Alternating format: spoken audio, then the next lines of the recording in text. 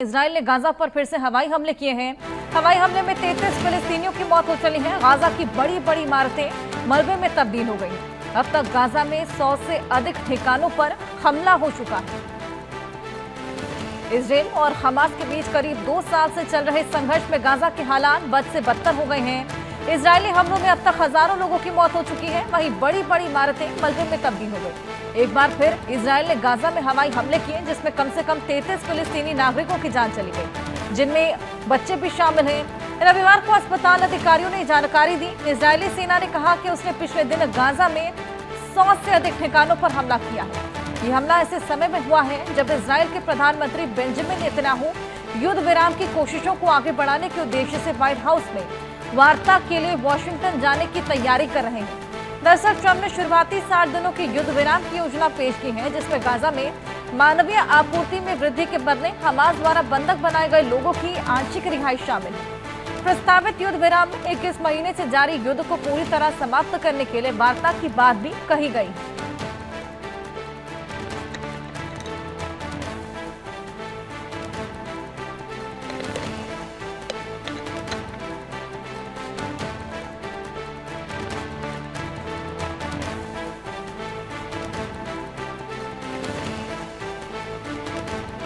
Gaza की बड़ी बड़ी इमारतें पूरी तरीके से ध्वस्त हो गई हैं। लगातार हवाई हमले जारी।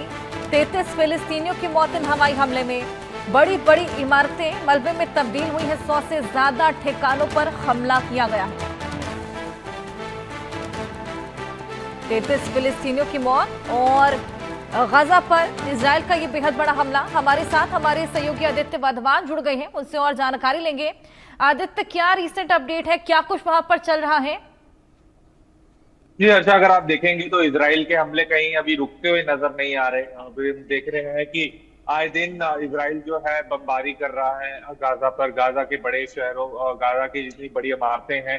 अभी हाल ही में ऐसी रिपोर्ट भी आई कि इजराइल ने 230 किलो का जो है बम छोड़ा था गाजा के एक क्राउडेड कैफे पर, जिसमें काफी लोगों की मौत हो गई थी। तो अब देखने वाली बात है, एक तरफ इजराइल बोल रहा है कि हम जो है सीज फायर करके युद्ध विराम करेंगे, लेकिन दूसरी तरफ जो है इस तरह के हमले हो रहे हैं। तो कहीं ना कहीं अब जो स्थिति है, स्थिति देखने वाली रहेगी किस तरह यहाँ से बदलेगी, क्योंकि ट्रंप भी बोल रहे हैं कि कहीं ना कहीं जो है अब गाजा और हमास और इजराइल के बीच में सीज फायर का जो है वो होगा और रुकने की स्थिति में होगी। तो अब देखने वाली बात होगी। और ये टाइम जो है बेंजामिन नेतन्याहू भी अभी जो है अमेरिका के दौरे पर हैं, तो हम एक्सपेक्ट कर सकते हैं कि कुछ अब मेजर डेवलपमेंट हो सकती है जहां तक कि सीज फायर की बात है इजराइल और हमास के बीच में। हर्षा, बिल्कुल, इजराइल और हमास के बीच में ये भीषण जंग के हालात एक बार फिर उत्पन्न हो गए हैं। क्या लगता है ये आगे कितनी और लंबे जा सकते हैं? क्या कोई हस्तक्षेप काम आएगा? कोई शांति बहाली आपको लगता है किसी की उम्मीद? जी बिल्कुल, हस्तक्षेप होने की संभावना है, लेकिन कहीं ना कहीं इजराइल जो है अपने अटैक्स जारी रखेगा, क्योंकि उसको कहीं ना कहीं अभी भी ये लगता है कि हमास कोवर्टली जो है ऑपरेट करता है गाजा के अस्पतालों से और अन्य कहीं जगहों से। तो अब देखने वाली बात रहेगी हर्षा की किस तरीके से जो है अमेरिका इजराइल और हमास के बीच में सीज फायर डिक्लेयर करवा पाता है नहीं।